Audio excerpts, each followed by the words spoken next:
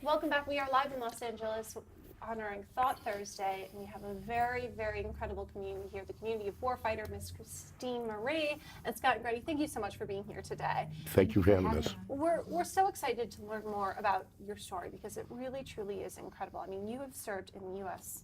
combat, as a U.S. combat medic for over 17 years. Yes. Wow. Tell us, what exactly is your responsibility in that? I was in the United States Army. I was a combat medic. I had actually enlisted prior to 9/11 and the beginnings of the war in Iraq and Afghanistan. So most of the time when we're in a non-combat situation as a military as a whole, my job is just to take care of troops at troop medical clinics at bases around the country and overseas as well, or to work in the Army hospitals. Wow. And you also served with Blackwater, the only female in the United States that served in the capacity you did. Yes, I was.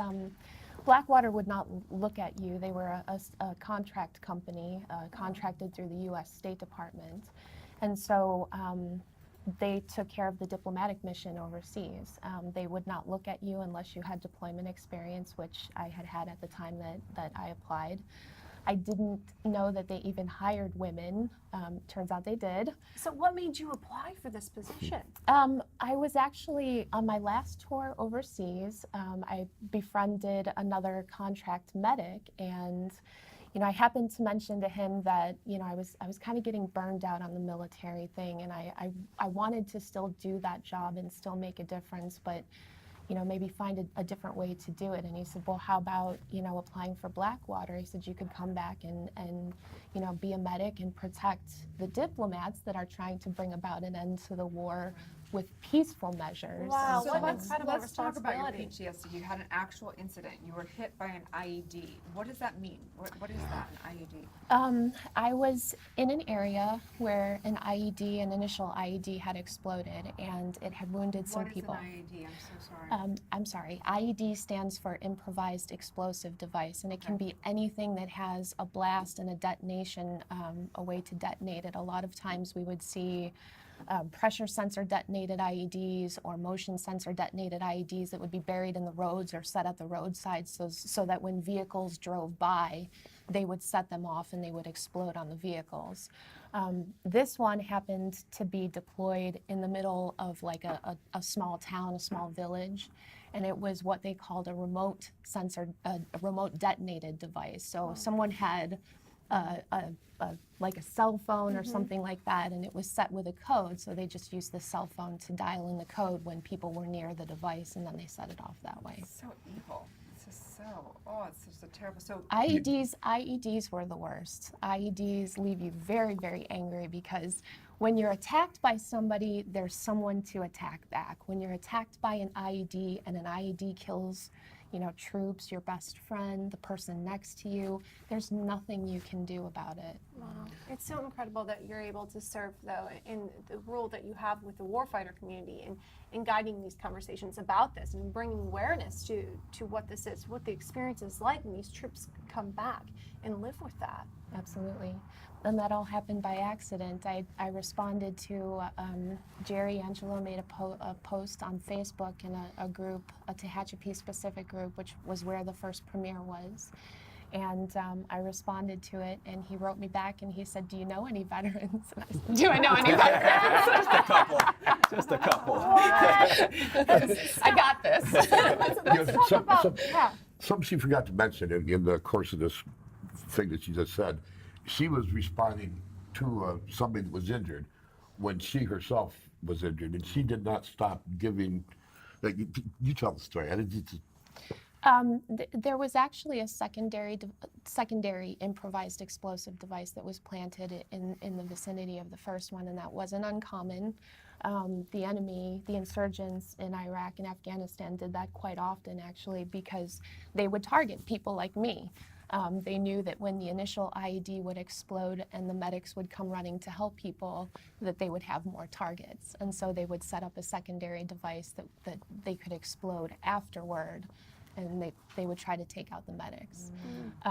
So I was rendering aid, and it just so happened that there was a vehicle that had been parked in between where I was and where the secondary device was, after the device had been placed. Usually they placed them in the middle of the night so that they had the cover of darkness and people wouldn't know where they were. So when that device was detonated, the vehicle that was actually in between myself and the casualty and the secondary IED took the brunt force of the blast, and it was a smaller IED than the first one, thankfully. If either of those two things had not been the case, I probably would not be sitting here talking to you. So I was hit with shrapnel. A piece of shrapnel ricocheted off of something, and it came up and hit me underneath my flak vest, and it impaled itself in my abdominal wall. And it went in deep enough that it lacerated my liver, and so I eventually had to be medevaced to the Combat Support Hospital in LaLa, and I had surgery there. So how are you doing with PTSD? Have you had some therapy around it? How are you doing on that? I actually kind of bounced around when I first got home. I did the same thing that a lot of vets do. They can't bring themselves to admit that they, are suffering from certain things, and I was angry. I was really angry for a long time. For me, the survivor's guilt was one of the biggest issues, because as a medic, I wasn't able to save everybody, and I did lose some of my good friends, and so I carried that with me as well. So Jerry told you guys the story of how I tried to get into a support group that was initiated by the VA, but because it was an all-male group, I wasn't allowed in. Unfortunately, they didn't have an all-female group because they didn't have enough women to field an all-female group. And so I, kind of bounced around and did my own thing for a while. And then I was able to find a counselor on the civilian side who was an older woman. She had experience treating Vietnam era vets with PTSD, and she was able to work wonders for me. And then I got involved in the veterans. The VA has something called the National Veterans Creative Arts Festival, so that gave me an outlet as well. And today I'm doing really well. And Scott, you've got a project as well, the Wounded Warriors Project. I'm actually, no, it's not my project. I've got an association with people from the Wounded Warriors Project, the Lone Survivor Foundation. There's 3 or 4 more that I've met a gentleman who's lucky enough to befriend him, and he's going to help us out with this campaign. We're going to take Warfighter city to city, town by town, and do up close and personal screenings with our vets, as many bases as we can get to. What he told you about what happened in Tehachapi, the stories and the things that you get back from these vets when they see this movie is just, it's very cathartic to them, and it's very humbling to me. I'm an actor. I get to portray what these people went through, and to watch what they get up, the stories they tell. It's very hard to explain. I never expected to be touched like this, but it's really grabbed hold. I can wake up in the morning and know I'm going to go act and do something and come home.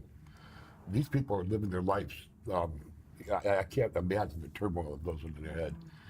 And this warfighter is going to give us a vessel to, try and get some healing, get some understanding about what's really happening out there. There's an awful lot more to PTSD than it was a buzzword to me. You find out all the different things that happen when the people come home. They get shuffled from one drug to another, to one therapist to another. They never see the same people twice. They have no, the government isn't behind them. It's almost like they're fighting a war all over again. And if there's anything that I can do with Warfighter and with this movement we have, to bring awareness to that and just try and, So important. Not quite sure where it's going to go, but we're going to follow this through to I love that. to do what we can. Thank you so much. From a spiritual perspective, PTSD has to do with having such intense emotions. So in that intense war place, or people get PTSD from all different types of things in this life, and it's having such intense emotion that it blocks those mental pictures and it keeps them on your track. And so those pictures will keep coming up for the war vets or for whoever, whatever they've been through in this lifetime. And until you you basically want to neutralize those. So the vets will oftentimes go through what's called prolonged therapy, where they go through that over again. They go back to that incident and they flatten out the emotions around that event, and it frees them up spiritually to be able to just look at it and go, you know what, this happened, and it doesn't have to rule their life coming up over and again. I know there's answers. The point is this: go to a therapist. Find, maybe the VA is not doing the best job, I don't know, but if you desire to have a support group, create a support group. The reality is there are answers, there are communities. Get involved, whether it be in this movie or whatever it is, because we're all here to know that healing is possible for everybody. And thank you so much for all your guys' work, so important. Yep. Absolutely. Stay tuned. People We'll be like to back. say you're the hero, so that's. Yeah. We'll be back with more Good Morning, LaLa, and stay tuned. Thank you.